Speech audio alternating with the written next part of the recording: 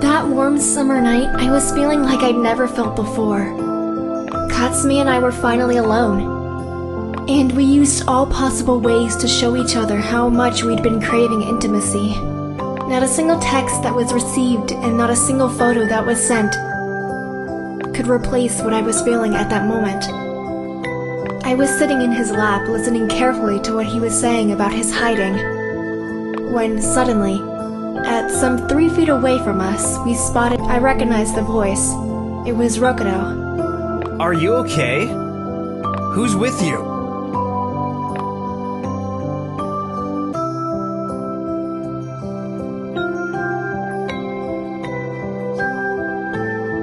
Rokudo, have you been following me? Why would you do that? You didn't reply to any of my texts. I started imagining worst-case scenarios. Rokudo, take it easy, man. She's been with me the whole time. Katsumi! Step out of the dark so I can take a good look at you. They stood facing each other and evaluating each other's strength and patience. I had to break the awkward silence. Rokudo, Katsumi contacted me and I had to see him. I had to see you too. Although there's a strong chance I may end up in trouble. What the heck are you talking about, Katsumi? Spill it already. There's been such a fuss since you went missing that it literally threw our daily lives into chaos. Katsumi, Rokudo's totally right. We even wanted to call the police and report you missing. No, absolutely not. If you had decided to do that, you would have only made things worse. We can't drag the police into this before I try to make things right. First you tell us what on earth you got yourself into, and then take care of it.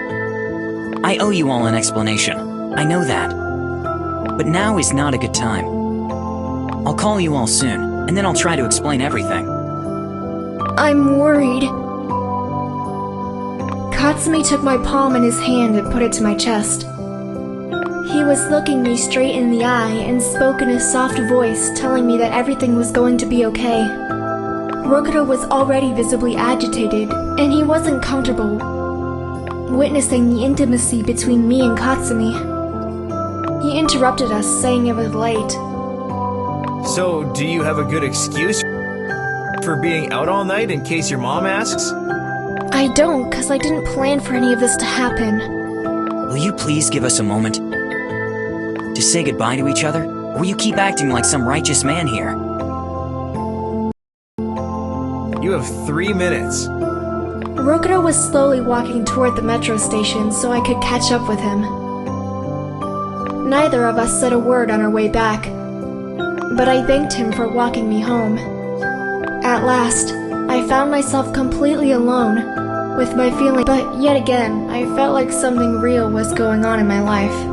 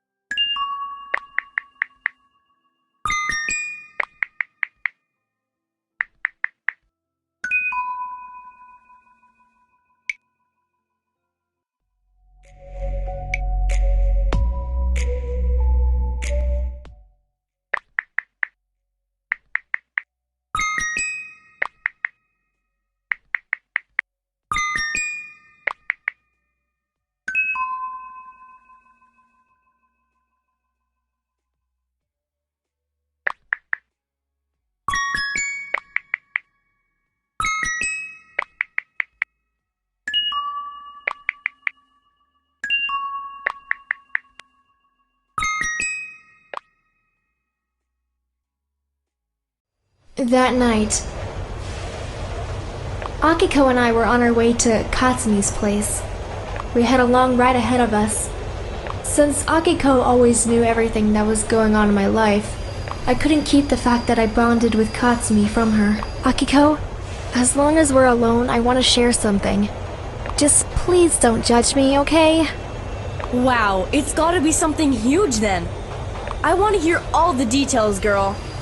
You can already guess what I'm gonna say. I have a hunch. You're being super nervous and you look like you did something bad.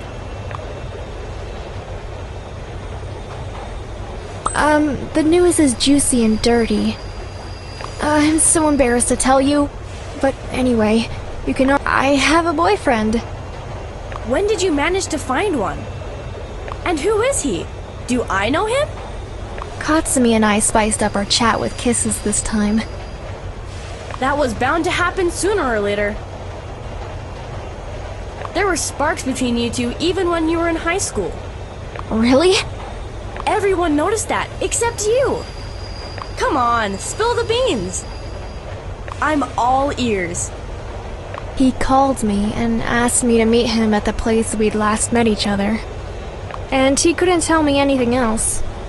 And you went there? Yes, I couldn't contain myself, Akiko. I missed him so much it hurt. Are you in love, or is he just a crush?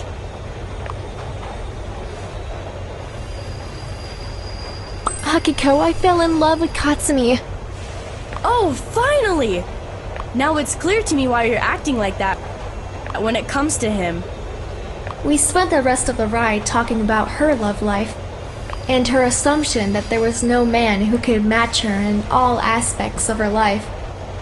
But I'd rather say there was no man who could tame her temper. And headed towards Katsumi's apartment, I suddenly started to feel euphoric, knowing that we would all be in the same room again. Akiko, let me just check if Katsumi's home. Yeah, absolutely. Imagine him blowing us off again. Well, in that case, he'd better not show up in my part of the town ever again. I'll text Katsumi we'll be there soon. No, you should call him. Why would you bother wondering if he's read the text or not? Yeah, I agree with you, Akiko. It'd be better if I called him.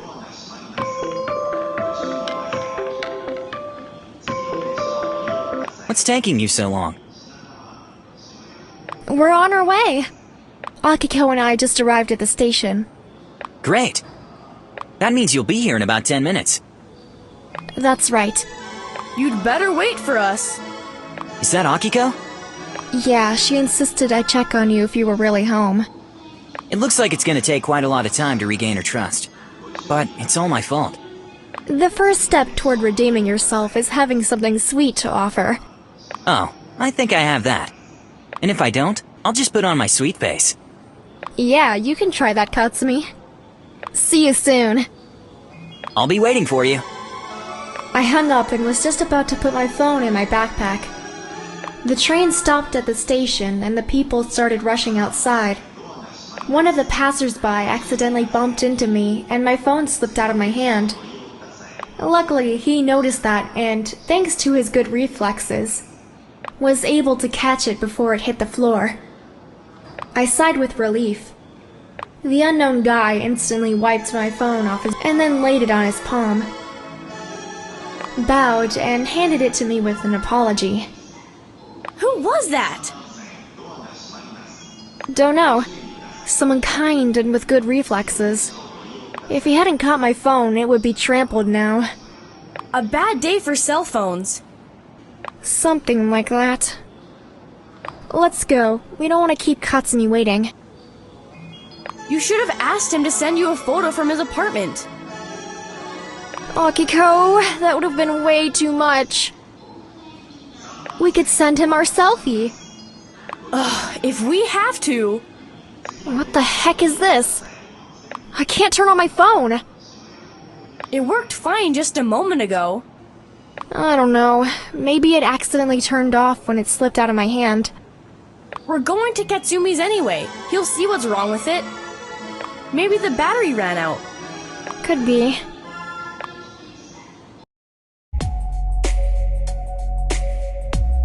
Katsumi opened the door to his apartment and invited Akiko and me inside.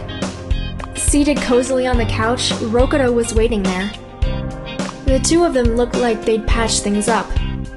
I wouldn't be surprised if Rokuto had insisted on talking to Katsumi privately, and came there first because of that. Hey guys. I'd like to have a glass of cold water, and then we can begin this meeting. Hey, make yourselves comfortable. Rokuro, get your butt off the couch. That place is reserved for the girls. Ugh, and why am I not allowed to sit with the girls? 'Cause you're blocking my view.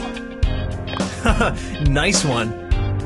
We all sat as comfortably as we could, impatiently waiting to hear what Katsumi had to say. But he only pretended to be busy doing something in the kitchen and tried to postpone that moment. Katsumi, don't bother with the drinks. We didn't come here for the food and the drinks. We came to talk. Here I am. I'm making us some refreshments while we're waiting for the others to come.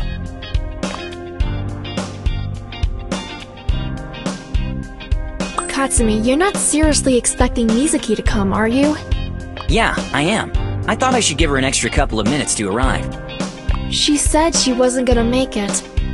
After all, we can tell her everything when we see her. Or we don't tell her anything. All right. Katsumi sat on the floor cross-legged and started talking. The night when you lost touch with me was one of the hardest nights in my entire life. That was the first time I got scared for my safety and the safety of my friends. Nobody dared interrupt him, nor did we ask any questions.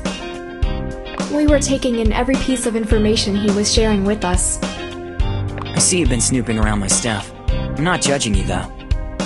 I would have probably done the same if I'd lost any of you guys. I want to thank you for worrying about me, because I was really in a life-endangering situation. You found the databases with ChatLinx users' information. Yeah? Why do you need those? Did you try to sell them? No, I tried to destroy them. What did those databases contain? What kind of information? Plenty of stuff. I don't know how much you saw of it, but there were some data about the user's movements, use of the camera, and the microphone. You don't want to know. If you knew, you'd crush your phones now. I wouldn't. Mine's at home. Mine's in a sleep mode. I don't think so. I still love my phone. You see? You're helpless. Don't you worry about us. We're just joking, go on. Where was I? I wanted it to stop, and to get back on ChatLinx company in a way. So I found some people who would want to do that for me. I was going to give them the data, and they would go public with them. Wow, and you seriously wanted Mizuki to hear all this? She may be calm and collected, but one should better be reserved with that kind of people. I wouldn't expect Mizuki to stand quietly at this. It's good she didn't hear any of it. So did you give them what you promised? Did you set ChatLinx up?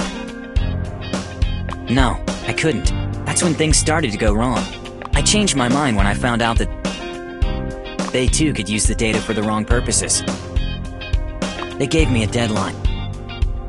And since that date, my time on this planet has slowly been ticking out. That happened the night you disappeared. Yeah, I thought they weren't gonna find me. But we shared the location via ChatLinx. Damn it! So that means you're not safe here either?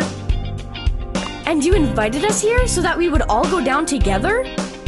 You're dead, Katsumi, because I'll be the first to. Let him talk. Thank you. Do you think I would let them follow my internet activities? We're safe in here, for the time being. How did you get rid of them? I just bought myself some time. I didn't get rid of them. I gave them incomplete data. When they find out, they'll be after me again.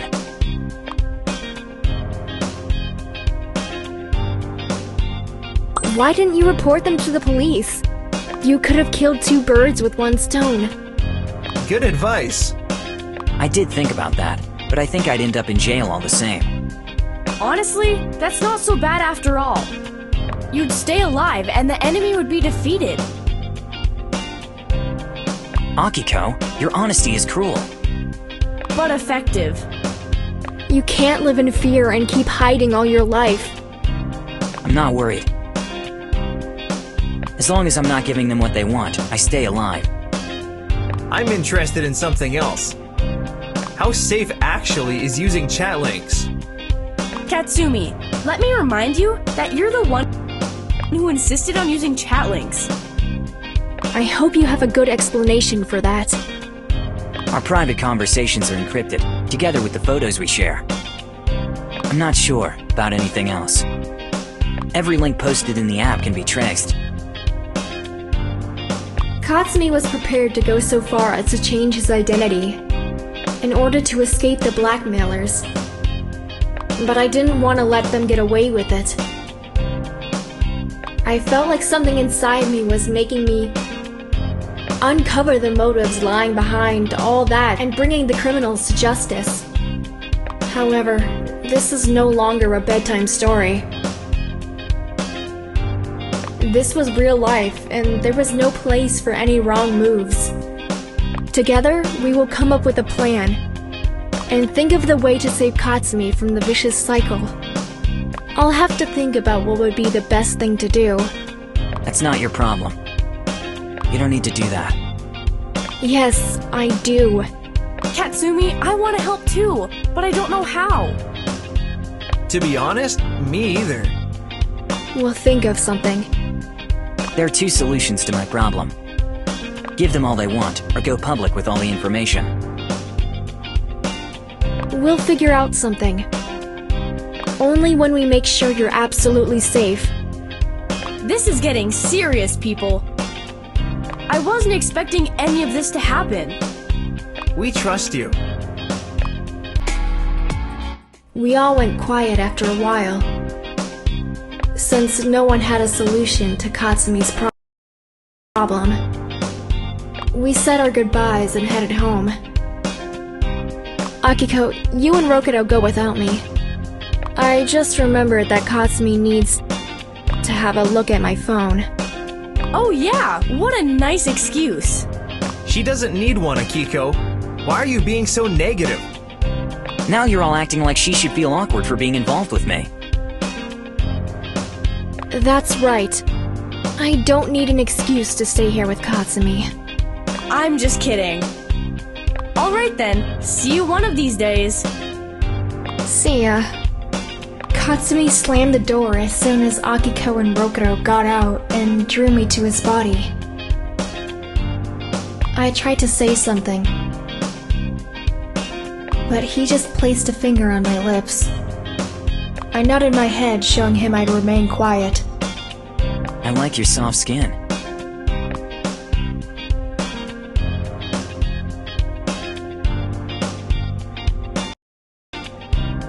What are you waiting for? Take off my clothes.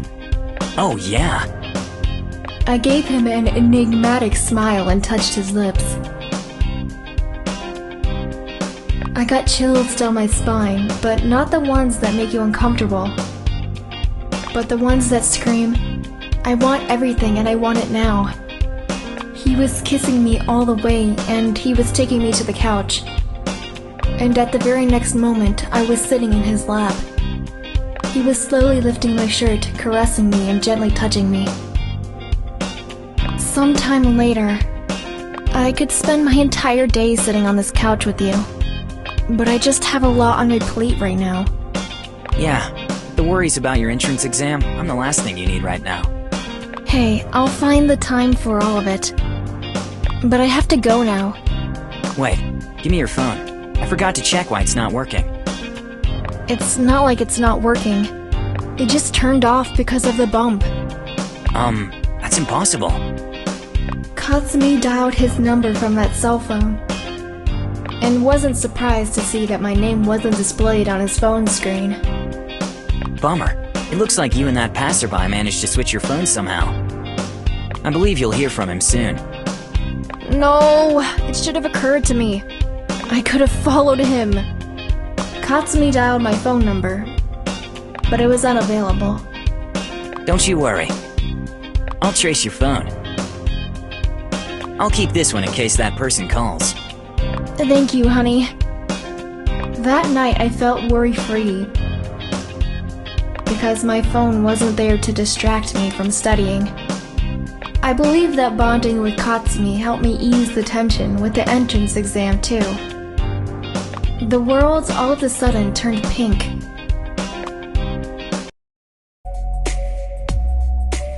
A few days later, I didn't feel nervous on the day when I was supposed to take my entrance exam. I woke up early and headed off to college. The halls were crammed with students. Some were having trouble finding the right classroom, while the others were casually sitting and listening to music. I came to the announcement board so I could find my name on the list, and the number of the classroom where my exam was being held. The list doesn't seem to end.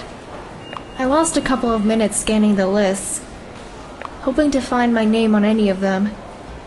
Meanwhile, some of the students had already found their places and seated themselves in the classrooms. The halls were getting emptier. Ugh! The exam starts in a couple of minutes.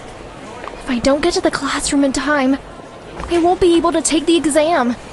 I ran down the hall and saw the criminal psychology professor entering one of the nearby classrooms. This has got to be the classroom where my entrance exam is taking place. Panting for breath, I stood at the door, apologized to the professor for being late, and added I couldn't find my name anywhere on the list. The professor refused to let me in, saying that if my name wasn't on the list, that meant I hadn't even applied for the exam. No, that can't be! He then closed the door and left me standing outside. The mere idea of missing the chance to enroll to a desired college paralyzed me, simply put. My back was sliding down the cold wall, and then, just when my hands reached the floor, I dropped my books and collapsed there, feeling hopeless and incapable of changing anything. Dad would be so disappointed in me if he were alive.